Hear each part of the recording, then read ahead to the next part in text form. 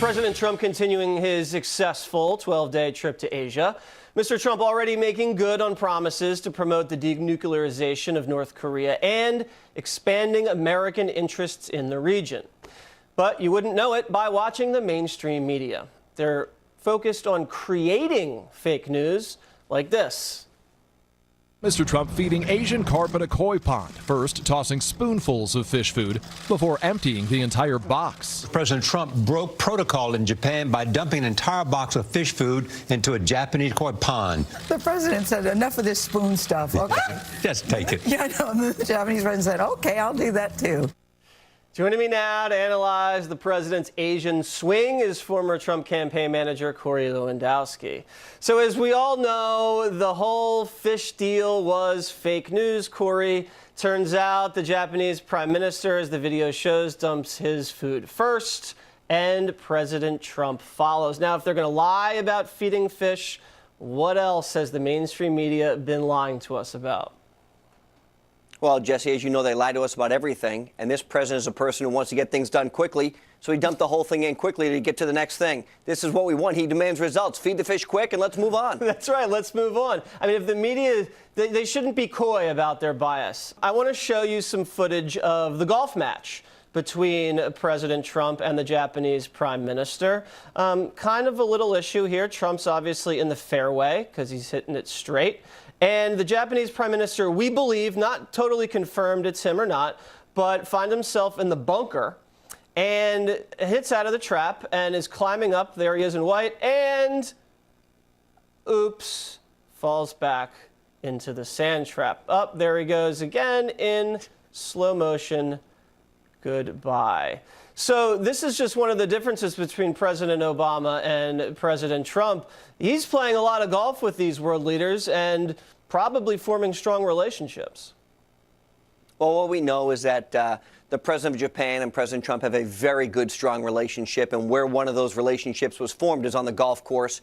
And the president had the president of Japan here in the U.S. They played golf. This was the reciprocity to that. They have a good, strong relationship. And when you're with someone 4 or 5 hours at a time, you get to build on that relationship. That's exactly right. Also, another difference between President Trump and President Obama, how they greeted the Japanese emperor.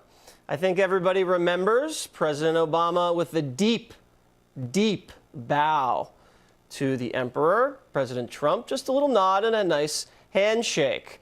Wow. Do you remember that, Corey, a few years back? Woo!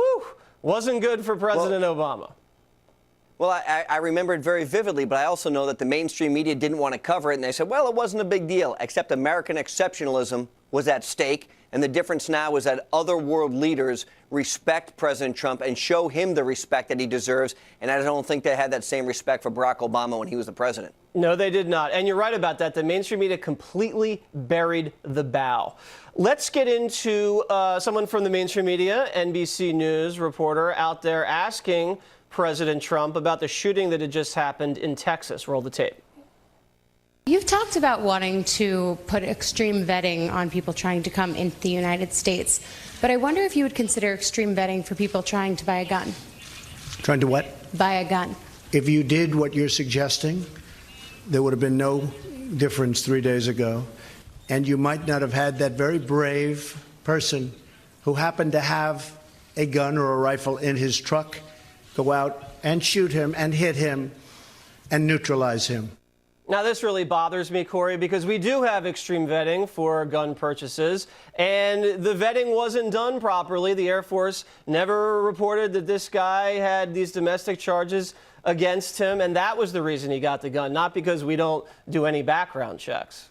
You know, when the president's overseas and he's just south of a madman, why don't we actually talk about the things that the world cares about, which is containing that madman in North Korea? By madman, I think you mean Little Rocket Man. And the president had a message for Little Rocket Man. Let's see what it was. You know, we sent 3 of the largest aircraft carriers in the world, and they're right now positioned.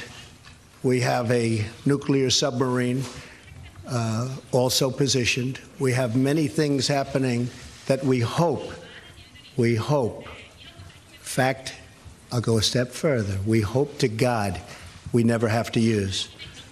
With that being said, I really believe that it makes sense for North Korea to come to the table and to make a deal.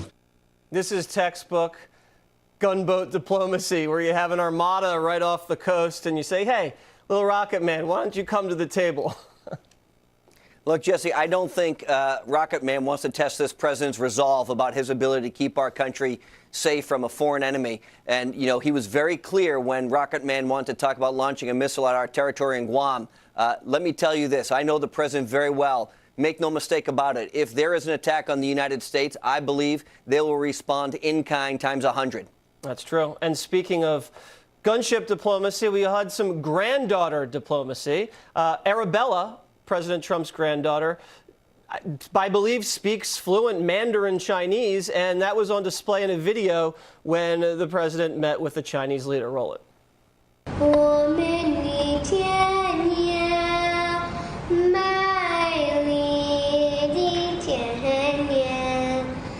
This is really something special.